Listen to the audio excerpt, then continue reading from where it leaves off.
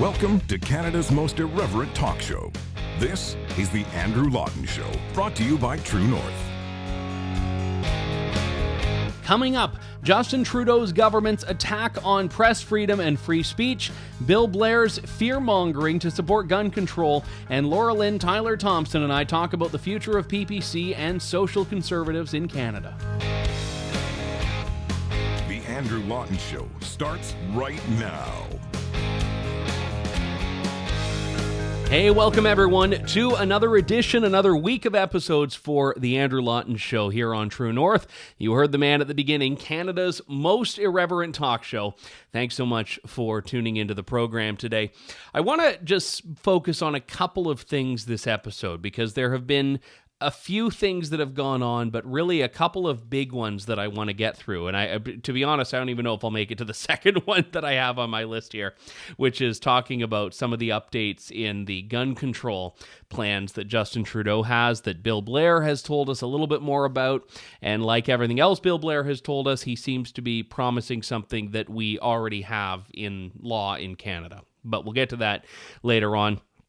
I want to focus for the first chunk of the show here, if I can, on this idea of licensing media that now we started talking about on the last episode of the show, actually. I was reading from the report, the one put forward by Janet Yale, the recommendations in question that were talking about licensing all media content, and it was very clear, all. Now, in that report, Janet Yale said, news organizations that are qualified news organizations, good journalism, all of that stuff will be exempted from it. But lacking from that report was the definition. And the devil, as they always say, is in the details. And I want to share with you a story in 3 acts, if I can here, because the first is the clip I'm sure you've seen by now, the initial clip of Heritage Minister Stephen Guilbeault on with Evan Solomon on CTV. And in this, he first opened the door to the government adopting this recommendation, because last week when I talked about this report, it was just a recommendation. We didn't know whether or not the government was going to adopt it.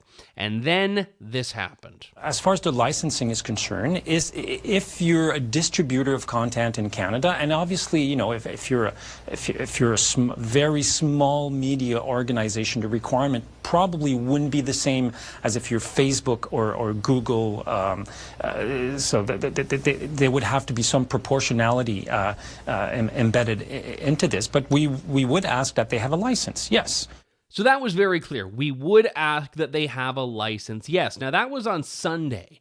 And by Monday, there was a fair bit of outrage online, not just from the usual chorus of critics of this government, but even from some mainstream media reporters that were saying, I don't like the idea of government injecting itself even further into the idea of media. And this is, funny from the industry that's now receiving this $600 million bailout, where the government has to make the determination of what a qualified or government-approved media organization is. But there was enough outrage that the government thought it was worthwhile to walk it back. So Minister Guilbeault, outside the House of Commons the next morning, had a scrum and he walked the comments back. The problem that I have is that the media decided to stop there. The media said, okay, it was a bad idea, but they walked it back. But he actually raised even more questions that haven't really been asked. And I want to play the clip of what he said in that scrum. And the reason I'm going to do that, and I'm sorry if it's a bit repetitive, is that I want you to hear the wording that's used to compare with something else I'm going to share later on. This is what he said in the foyer of the House of Commons. Let me be clear. Our government has no intention to impose licensing requirements on news organizations, nor will we try to regulate news content. So what he says there, I will be clear, let me be clear, our government will not impose licensing requirements on news organizations, nor will we regulate news content. That was what he said. Now, in question period, Justin Trudeau later that day said this, and I quote, "I want to be unequivocal. We will not impose licensing requirements on news organizations, nor will we regulate news content."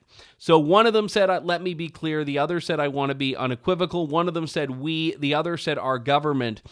Apart from those differences, the entire line was the same. This was a talking point. This was a talking point. And the reason that's important is because Minister Guilbeault got up there in that same scrum that I just showed you a clip from and said later on, I don't have the clip handy, but said later on, "You know what, I did this all on my own. No one told me." Because someone asked, "Who did you talk to? Who told you to clarify this?" He said, "No, I'm a big boy. I did it myself."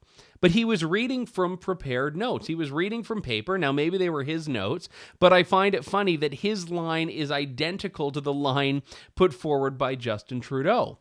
But it's very specific. This line is very specific. It's not, no, this is untrue. We're not imposing licensing. It's, we're not going to impose licensing on news content, on news organizations. And most people in that scrum let it slide. But the logical question, and a few people have raised this, I'm not saying no one has, is, okay, well, what do you qualify as a news organization, and what will you do to those who don't meet that definition? Now, to his credit, Evan Solomon did another interview with Minister Guilbeault and tried to probe into this. And I'm going to play two clips from it here back to back, because you see how he just genuinely does not have an answer to this. He does not have an answer. Here, take a look. All right, you told me on CTV's question period that media companies will be licensed. Many people assumed you were referring to news organization. Who exactly, exactly will require a government license? Please clarify. Let me be crystal clear. News agencies will not require licensing or registration by the government or any other agencies. It's not on the table, not at all. Okay, well, who decides what a news organization is? Because that's the crux of it. No, not at all. And again, the government is not in the business of deciding that. So we will not be asking news agencies for license or registration. We're not doing that. The confusion comes from the use of the term media in the report. So what is it? What's your definition of media? The important answer is not what my definition is, but in the report, they refer to media as anyone who produces content. Right. And they say that for news agencies, there will be no licensing required. But what about for aggregators? What about for opinion sites? Your point of view is relevant because you're the guy that has to decide what parts of the recommendations you're going to use. So our aggregators, which are recommended, our other sites, our content opinion sites, are those going to be licensed? What we're interested in is how can we continue to have good Canadian cultural content made in Canada and made available. He can't even give an answer. The question's very clear. What's your definition going to be? And he says, the guy who, as Evan Solomon pointed out, is responsible for making this determination, oh, no, it's not important what my definition is. Well, it is important, and let me tell you why firsthand. So the government of Canada does not recognize True North as being a media organization. This was made very clear during the federal election campaign when the Liberals said, no, you can't come to our events, and the Leaders Debates Commission said to us, well, no, you can't come to our debates. Now, we were able to access the debates because of a federal court order. The federal court views us as a media organization if the government doesn't. But the government would very likely look at us and say, no, you're not a news organization, so you're a media organization that we can regulate, that we can force to be licensed. And this is even more insidious, or at least as insidious, as demanding licensing from news companies, from news organizations, because the government is still doing the same thing. The government still has to make the determination as to whether or not you are a news organization. And if the government has to make that determination, we're no better off under this licensing model that exempts them than we are under one that includes them, because both require government to do the exact same thing, which is acknowledge Okay, there is a line, there is a definition, and it's us, the government, we, the government, that have to determine who meets that definition. And there's nothing good that can come of government coming up with this definition. And the reason I know that is because of what we saw during the federal election campaign, when government decides it's going to just draw this line retroactively, designed to exclude people that they've already decided to exclude. And the reason I'm bringing this up, we actually had a bit of an update in the case this week, the case against the Leaders Debates Commission, where we learned that Justin Trudeau's Attorney General, and this happened, I think, on Monday that we learned this, Justin Trudeau's Attorney General is trying to have our case thrown out. The argument is that it's moot. And the reason they're saying it's moot is because the debate's over, but because they view press freedom as not an issue of national importance. And they actually say this in the filing. The government says this, that it's not an issue of national importance such that it makes sense to do this. Well, the reason we're doing it is because there is a constitutional question at hand. And when we set out on this venture, when we took the federal government to court, we had no idea that just a couple of months later, they were literally going to be talking about licensing media organizations. And now we see just the utter contempt in which the Liberal government holds independent media.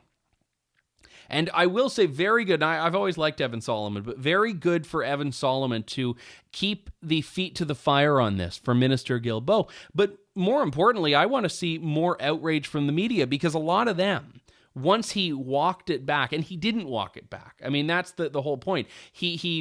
I'd say he walked it forward in many ways, because he proved that there is, in fact, a line that's going to be drawn. But many people in the media that I would have loved to have seen continue to hammer them are now, it seems, accepting that, all right, well, I guess it's over. I guess it's done. This was not just a bad idea.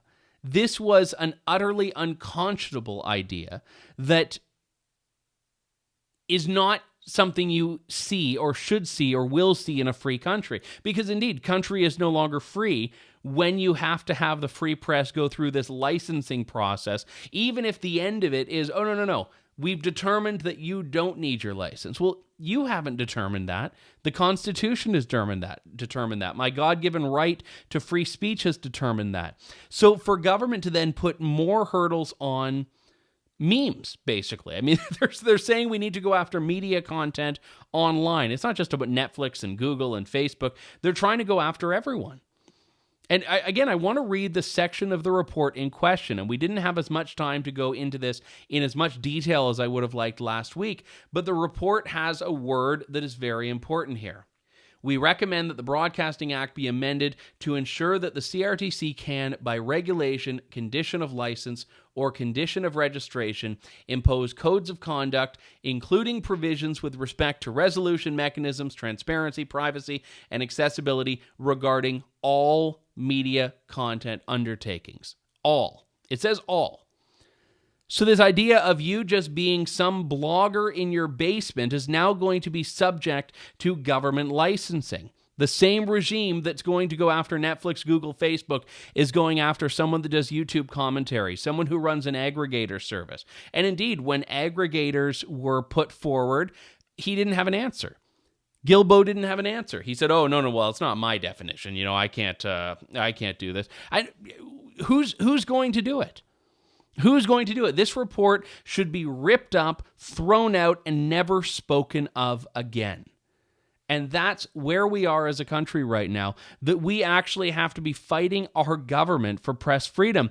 And they're doing it under the guise of mandating Canadian content. They're doing it under the guise of, you have to play more Justin Bieber songs if you're going to play Led Zeppelin. And what I find hilarious is that Canadian content is a holdover from a time when we didn't have the ability to go anywhere we want to find content. It's a holdover from a time when you had to listen to what was on the radio. So if you wanted to get Canadian artists played, that was where you had to put them.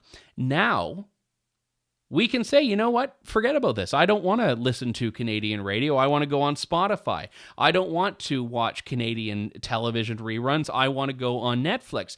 So it's already bad enough that the government is going after these types of operations. I think that this is an undermining and usurping of the free market in and of itself. But by saying that we need to go guns blazing towards the regulation of, again, to use Janet Yale's words from that report, of all media content, even if they are going to draw this little line around news organizations without defining news organizations, it doesn't matter. It doesn't matter, because now what government is doing is saying that we have this list, and the government-approved media organizations are on it, and the non-approved government organizations are not on it, and they're going to use that in many ways. Access is a big one. If you've gone through that review process and government has determined, no, you don't need a license because you're one of our preferred news organizations, then when you want to cover an event, the government will say, yep, it seems like, yep, you're cleared.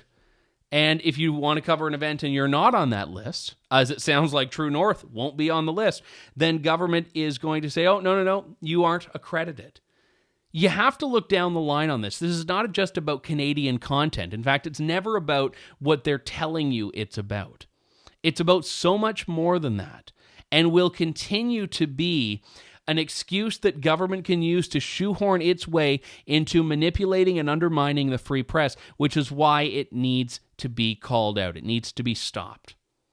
We'll be back in a moment with more of The Andrew Lawton Show. You're tuned in to The Andrew Lawton Show. We are back. Thanks very much for sticking with me on the show here. I want to talk a little bit about firearms policy in Canada, and I know that there's going to be more gun control discussions in the next few months of Parliament, and as such, there will certainly be more on this show. But Bill Blair has a tendency to announce things that are already law. For example, when he says ban assault weapons, well, assault weapons are already illegal in Canada. When he talks about keeping guns out of the hands of criminals, well, that's already supposed to be a priority of government. And now he's talking about having Ottawa adopt, according to the Globe and Mail, red flag laws that would allow law enforcement to confiscate guns from people that are deemed to pose a threat. Again, something that we already have in Canada. But I want to share with you what Bill Blair said here. He said that red flag laws will allow police, doctors, lawyers, educators, and loved ones to petition the courts to remove guns from someone flagged to be a risk. Quote, there are dangerous situations where the firearm presence becomes deadly, and so we want to empower not just the police, but doctors, victims, communities, and families to be able to take steps to render a dangerous situation safe. Now, this is something that the Canadian Association of Emergency Physicians has advocated for, a group that is very much pro-gun control. But already those people can by calling the police. And there already is a program. Dennis Young, who's a great firearms expert in Canada, has done a lot of work on this as well. The program is called the Firearms Interest Police, FIP. And he's actually tried to get files about this program and has had very little luck in many respects. But in particular, there was a case in September of 2019 where he was trying to understand how there was a failure of the system when someone who shouldn't have been able to hold on to his guns was able to, and even though serious reports had been filed with police. But this was, if you read into it, a failure of the process. It wasn't the absence of a process. So Bill Blair is, again, fear-mongering. Someone would read this, someone who doesn't know gun laws, someone who doesn't know what's legal and what's illegal in Canada, and say, oh my goodness, I guess people that are unsafe, people that are dangerous, are able to have guns without them being taken away. That just isn't true. And by the way, I'll add that gun owners have had firearms taken away from them for a lot sillier reasons than posing a threat to someone or posing a threat to themselves. They've had guns taken away for using them in self-defense. They've had guns taken away for not storing them properly. Our system is not one that errs on the side of letting people keep guns who shouldn't have them. It errs the other way. Now, again, no one's even talking about changing that. If you break the law, you break a regulation. I get it. I think we need to make the regulations more sensible. But Blair has to stop announcing things that are already law to really stoke fears that people have about firearms, which is all that he's doing. And, you look at the process now. You can be committed if you are going to pose a threat to yourself or others. This is something that we have in all provinces in Canada. And beyond that, if you own firearms, police know it. This is the thing, especially with restricted guns. There is a registry, there is a database, and certainly the Liberals love registries. Well, we already have that for handguns and for assaulted guns like an AR-15, like other variants as well. So police know. So if someone says, hey, I think, Chuck, my neighbor, is acting a little weird and threatening me, well, they know if Chuck has a gun. They can talk to him, and if there is reason to believe that he is going to use that gun, they can. But the Liberals are hell-bent on ignoring behavior and focusing on the easy way out, which is demonizing all gun owners. Now, there's nothing inherently wrong with having a red flag law, which is why conservatives didn't do anything about it when there was one already on the books. They're trying to import an American dialogue because red flag laws are part of the discussion you hear in the U.S. in the last year or so in particular. They're trying to import this American discussion and import American fear. And the hope has to be that Canadians are sensible enough to see through it.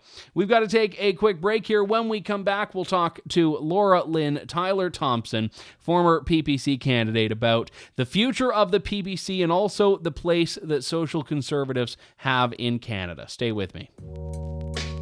You're tuned in to The Andrew Lawton Show.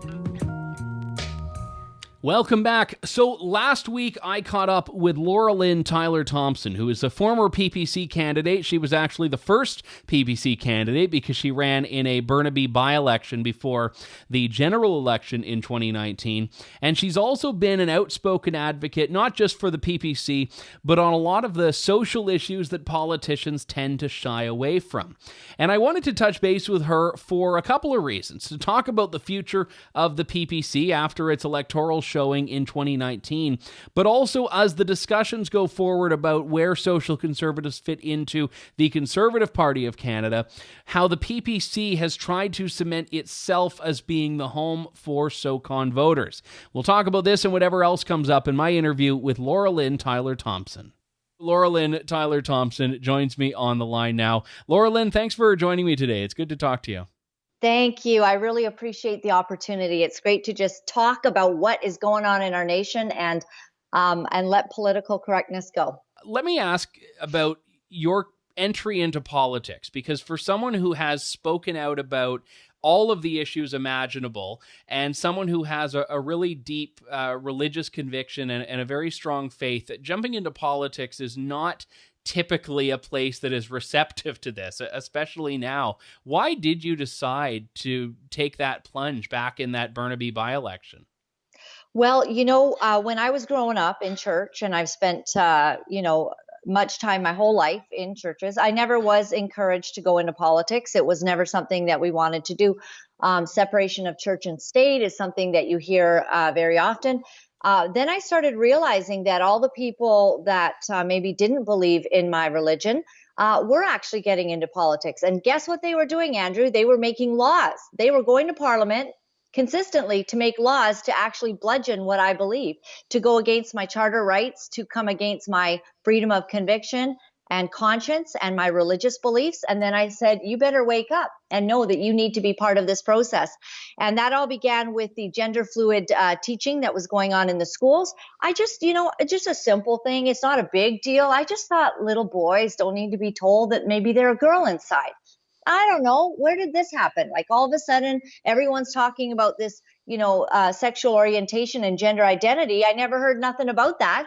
Right? Until just a couple years ago. So now they have it in all the schools, all of this indoctrination, dozens and dozens and dozens of transgender indoctrination books from kindergarten, all up through grade 12. Oh, you know what? Maybe somebody needs to say something. So when I began to speak, I faced some targeting and I realized we're in a totally different world and I thought someone has to stand. So that's why I'm here.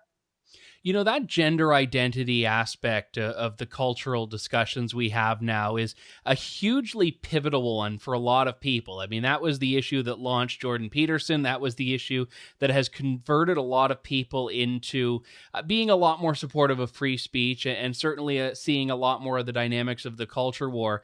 And it's interesting that that was for you a linchpin in your decision to jump into politics and start speaking out on political issues a lot more. Because, I mean, that old saying is that yesterday's fringe is today's normal has never been truer than it is around that issue. This idea that you'd be laughed at by people on the left and the right for saying 10 years ago, oh, we should put kids on hormones to change their genders. Now you're yelled at and screamed at for being a bigot if you don't say that.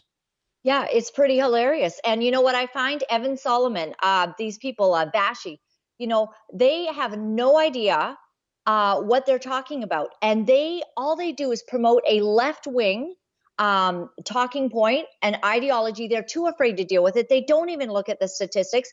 We have a global 4,500% increase in gender referrals. Something is bloody hell wrong with our nation. What is going on? Why is no one wanting to talk about it? Why are dozens and dozens of kids, even hundreds, in the greater Vancouver area now going to see a gender doctor? Did you hear about this, when you were young?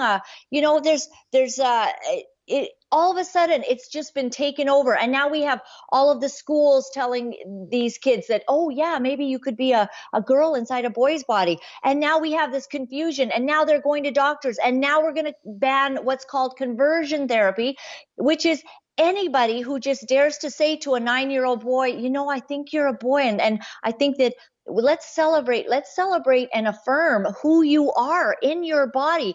It's a real deal to struggle with gender dysphoria. Nobody is saying it's not, but the reality and the data shows that if you don't socially transition a child and you get them through after puberty, they're completely happy with the body that they were born in. And some are gay, some are not. So let's stop acting like doctors in schools and not telling parents what's going on and affirming confusion. It's confusion affirming therapy that's going on in schools, and it has to stop. Well, and it's one of those areas where the political ideology tends to trump the science. We see it in gender. We see it a lot in the climate discussion. We see it on economics discussions. And I'd say it's one of the more concerning trends that we see in the media now, the mainstream media, where there's a lot more of a reliance on the politicized context of things that activists are putting forward than there is on evidence and on truth. And that, for me, when it comes to how politicians respond to it, gets to why the PPC and specifically Maxime Bernier, even before he left the Conservative Party of Canada, was such an interesting thing to watch, because Maxime Bernier, who I know you know quite well, really started talking about these things that a lot of people were thinking of, but politicians were not supposed to, and I put that in air quotes, not supposed to talk about, whether it's immigration, whether it's things like C-16 and the gender identity stuff. And that's a huge problem when there's a growing divide between what real people are talking about and what the media is prepared to accept politicians bringing up. You're absolutely right, Andrew. And Maxime Bernier is the most courageous politician that we have going. He is willing to talk intelligently, with common sense about some of the social terrorism we're facing. He spoke outwardly against Yaniv, who was going against, using the Human Rights Tribunal as a bludgeoning weapon against women, who would not wax his balls. Like, Maxime Bernier was willing to talk about it. Everybody else, I'm too afraid, and even the Human Rights Tribunals were scolded by the person who helped to create the Human Rights Tribunal, saying, well, how could this even be heard? This Yaniv crazy person. Also, Maxime was willing to speak out on the issue of the young person who wanted to transgender, to change their gender in the Vancouver area, who at the very first visit was offered cross-sex hormones rather than counseling to, maybe check it out. Without parental consent, the court ordered that this child was able to transition. What has gone wrong? Yes, Maxime Bernier knows how to deal with what we are going through. And he also defended me.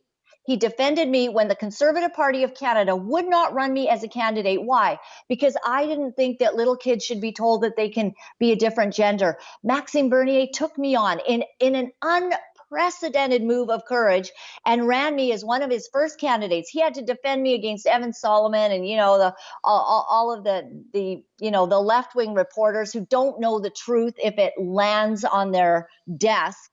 And, frankly, it was very disturbing. And so I am indebted, and Maxime's time is coming. This is not done by a long shot. It's coming because the whole bid for the for the conservative leadership race and what is shaping up, it's going to be a mess. And I can't wait to watch this. At the same time, there is also a very uphill battle for conservatives to win elections in Canada. We don't have the conservative base of the population that they have in the US, for example. So when conservatives have won, or the Conservative Party historically has won, it's been by very slim margins in many cases. Do you think the PPC is sabotaging conservative victory hopes in Canada? No, I think the PPC is offering an alternative to the CPC constituents who can no longer feel validated, respected, honored by the Conservative Party of Canada. Let's remember, Peter MacKay basically thinks that social conservatives are a stinking albatross in the organization. Social conservatives have recently just come out, unless you're willing to march in a pride perversion parade with naked guys and children around and naked women, and children watching, then apparently you're not worthy of being a conservative. That party has abandoned. You might as well just all go to the Liberal Party and give Justin Trudeau a run for his money for leadership, because that's who you are. And the conservative constituency that are true conservatives needed an outlet. And Maxime Bernier saw that. And he thought he can't even support all of this. I mean, the policies on immigration, the Paris Climate Accord. When I was running in Red Deer, I could not find one conservative who supported the Paris Climate Accord. But, blah, blah, blah, on and on. They were just going to support Andrew Scheer, who rammed that through. As soon as he was leader, he rammed the Paris Climate Accord. He forced a vote on it, which Maxime Bernier, quietly removed himself from the House so that he didn't have to vote against, this guy that just beat him. And also, let's not remember, there's a bunch of cheating going on, because there were 7,466 votes, too many cast in that leadership vote. And I believe that Maxime Bernier was robbed. So he did not take his ball and leave angrily. He stayed there, even though it looked like there was complete, underhanded cheating going on. I mean, Andrew Scheer didn't actually win. 7,466 votes were cast that shouldn't have been cast, and they all swayed the vote into Andrew Scheer's camp. And really, he won by about 69 votes. I mean, it was less than 2%. And so this party is too morally and intellectually corrupt to be reformed. Maxime Bernier knew that before any of us, and I thank God for him. There was a time when people said that about the PC Party of Canada when it was around, and the remedy to that was the merger between the Alliance and the PCs to form the Conservative Party of Canada. That merger produced Stephen Harper. That merger produced Maxime Bernier. Is that something that you think could happen in the future? Because right now I see far too much animosity between the PPC and the CPC for it to ever meet in the middle and say, all right, now we're a true conservative party. Right. Well, what a beautiful thing to happen would be that a true conservative were to be elected as the leader of the Conservative Party of Canada. And there is a massive movement going on right now, and it is with the true SOCONs. It is with the true people who believe in the sovereignty of Canada, who love Canada, who believe in freedom for all. We believe in freedom for all sexually, people who are of different nations and different religious affiliations. We believe in freedom for all. If somebody were to be elected that could embrace all people and yet respect diversity. Because in Canada, we're losing the truth. We think that we are diverse, but we have to agree with each other. And we don't have to agree with each other. We simply actually have to respect each other, respect diversity, respect it. So if there was somebody hired or brought in who won the leadership of the Conservative Party that would embrace the PPC people who had gone and maybe offer, an olive branch to Maxime Bernier with a completely different party, oh, okay, miracles can happen. But under the way it is, with Peter MacKay, Aaron O'Toole, Marilyn Gladue being these key people, whoever comes in, even if Candice Bergen were to run, she's not a true conservative. She would still probably march in a parade with stipulations or whatever. She's not the real deal. So how are we to walk together? I'm a spiritual person. Here's a proverb from the Bible. How can two walk together unless they agree? If we cannot come to agreement, we cannot walk together. Maxime Bernier is in the position where he has to lead because we all can't vote for the CPC anymore. But I want to ask you about the significance you hold to pride parades. And I get that in the last couple of weeks, this has become central to the media's discussion. And, the battle between Peter MacKay and Aaron O'Toole is who's going to march in more pride parades than the other. But why isn't that, in your view, is that something that disqualifies someone from being a conservative? I mean, there are lots of people that are completely okay walking in pride parade that I would say are still conservatives. Why does that disqualify someone from having an ideological outlook if, by your own admission earlier on, you said PPC is about standing up for all people of sexual orientations, races, religions, cultures, and so on? Right. Excellent question, Andrew. My gay friend, I just love this guy. He will not march in a pride parade. My transgender friend, Jen Smith, will not march in a gay pride parade. Andrew, we have children and we see pedophilia trying to be normalized. And when you've got grown men with their junk hanging out, and I got the pictures, they're on my Facebook. Feel free to grab them and stick them up for your audience, But you've got grown men and women half naked.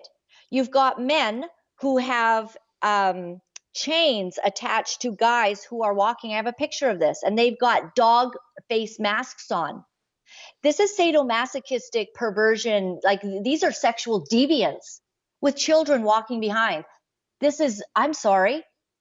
My gay friends are embarrassed of what is going on in pride parades. This is not the place where we say you got to march in the pride parade. Do you know what I stand for? I stand for freedom for all people. If you want to be gay, you be gay. You want to be polyamorous, bisexual, whatever it all is, pansexual, be it. This is Canada. Apparently, it's a real asset to be gay. I'm good with that. But don't tell us that our standard and the litmus test is to have our children being sexualized in a parade. Like, you've got to be joking me. I lose all respect for all these leaders at this point. I lose respect for the Conservative Party of Canada. Where is the decency? Where is integrity? Where is moral character? Where is the family being respected in this nation? If we are going to become Babylon, we will get what we vote for. I've seen the pictures that you've described. I'm aware of the nudity factor, and I'm aware of that. I mean, every gay rights activist I've spoken to about this has said that it's a minority. For a lot of people, it's just about a place to celebrate and a place to be who they are and celebrate the freedom that you just acknowledged. And I still go back to how participating in that aspect of society, if you want to, and I don't like when people get bullied into it, but if you want to be there and you're a politician, why that is antithetical to being a conservative. Well, you just brought up the key issue, bullied into it. It's become the test. Is it a test if they walk in the Jesus parade? Is it a test if they walk in, an Indigenous march, if that were to happen? It's not. It's become the pride parade. And many people do not believe that coincides. Here's the honest truth. It doesn't coincide with their religious conviction. Has Maxime Bernier not himself marched in pride parades, though? He has. And, I've never actually asked him this, but I don't think he'd do it again, Andrew, not because I don't think Maxime Bernier really would have a problem with it as per that people are gay, because I think he's shown himself to be very supportive of all Canadians, but I don't think he would do it from the pandering aspect any longer, because the LGBTQ has begun to be a political event and movement whereby, hey, if you don't accept diversity and inclusivity and Bill C-16 pushing things towards, compelled speech, now young guys can identify as a girl and run in girls' track and field and steal the awards and gold medals from young budding Olympian girls. Okay. So guys can come in. So the whole thing all lumped together now, it's too political. It's too much like a movement taking over society. And so I don't think that Maxime Bernier would march in a pride parade, because he wouldn't march in a Jesus parade, although he's Catholic and believes in Jesus, but he wouldn't do that.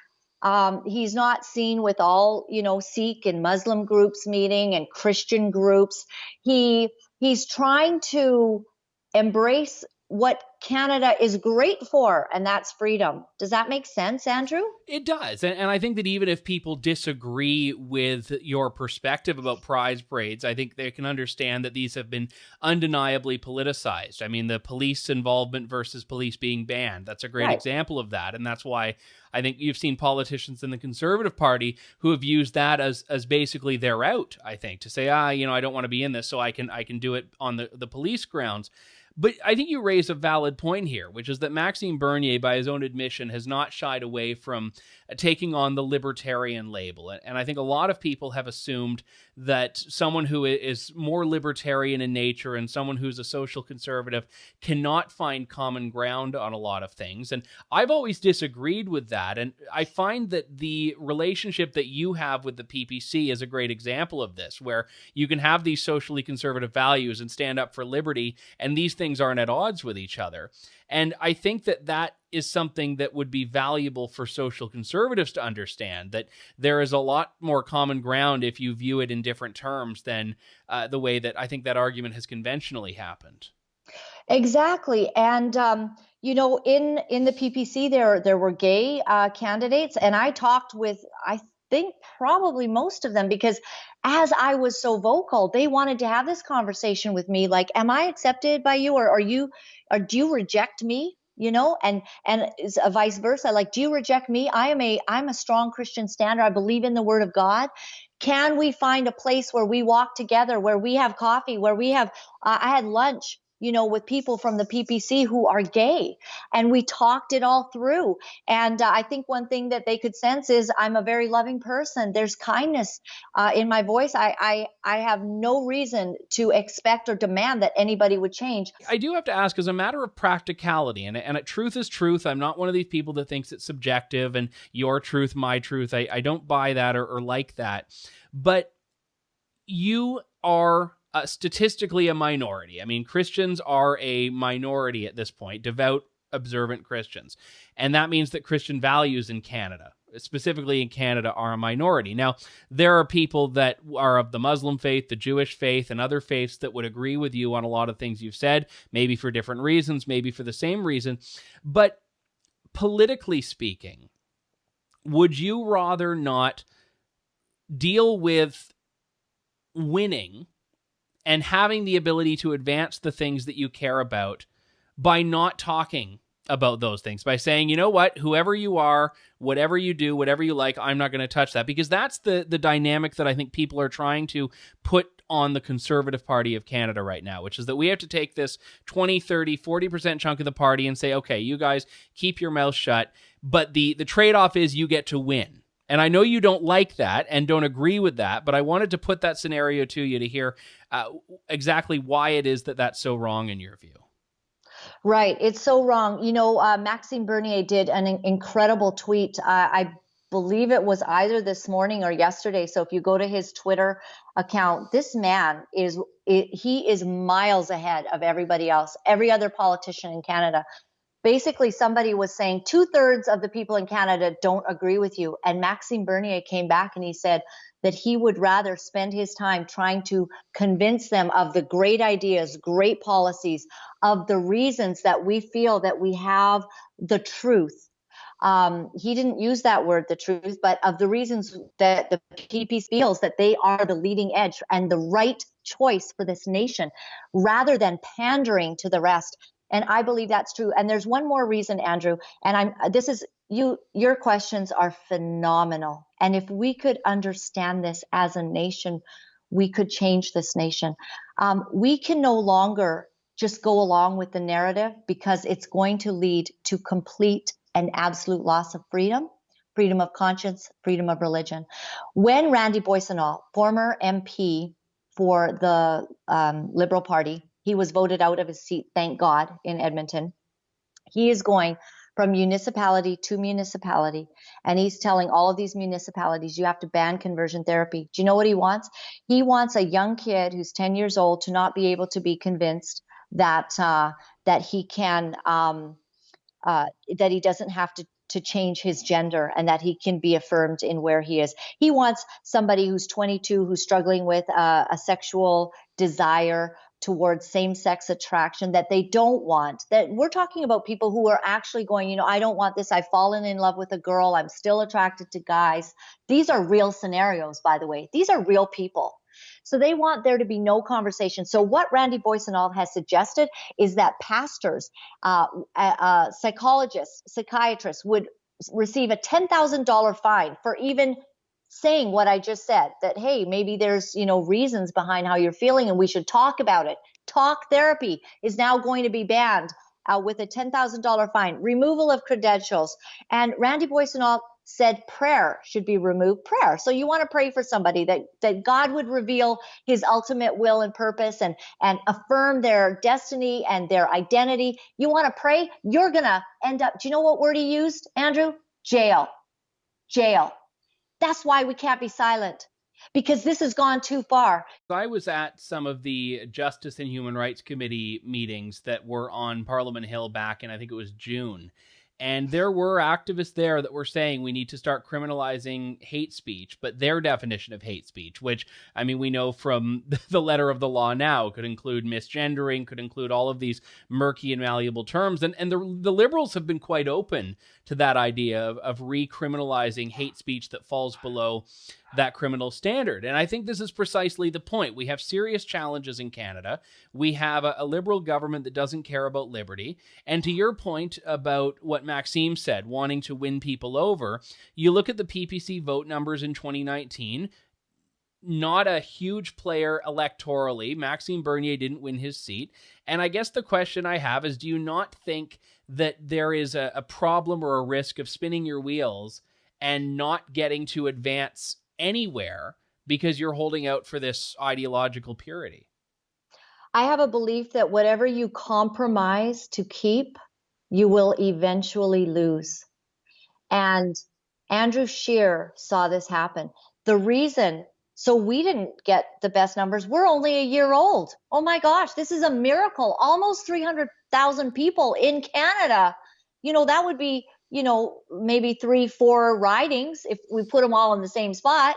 But that amount of people thought that our ideas were good. I moved to Red Deer and I didn't know one soul in that place, and I got 2,500 people to vote for me. And yes, it was a small percentage based on all the percentages, but it was more people than where I lived, where I got 10.65% in Burnaby South. Okay. Like people, I would just meet them. I'd begin explaining what we believe, the freedom that we stand for. They were like, this is it. A lot of people, if I had $1 for everyone who said, I just can't vote for you this time, but I'll vote for you next time, I would be a millionaire. Well, okay, maybe exaggerating just a bit, but I would have some money in my pocket because people wanted our ideas. And the whole problem and everything that we're facing right now is that we think that we have to compromise to be in a big party. There's no compromise with the CPC. They are ruled by elitists. And I guess we're tired of it. And we're not going to vote just to have a party. We're going to vote our convictions. We're going to stand for what we believe in, because eventually more and more people are going to stand with us. You're tuned in to The Andrew Lawton Show. That was an interview with Laura-Lynn Tyler Thompson, pre-recorded, if you couldn't tell. I was wearing a different shirt. I thought about whether I'd try to emulate, and I'd say, no, I'd just admit that the magic of radio meant it was a pre-taped interview.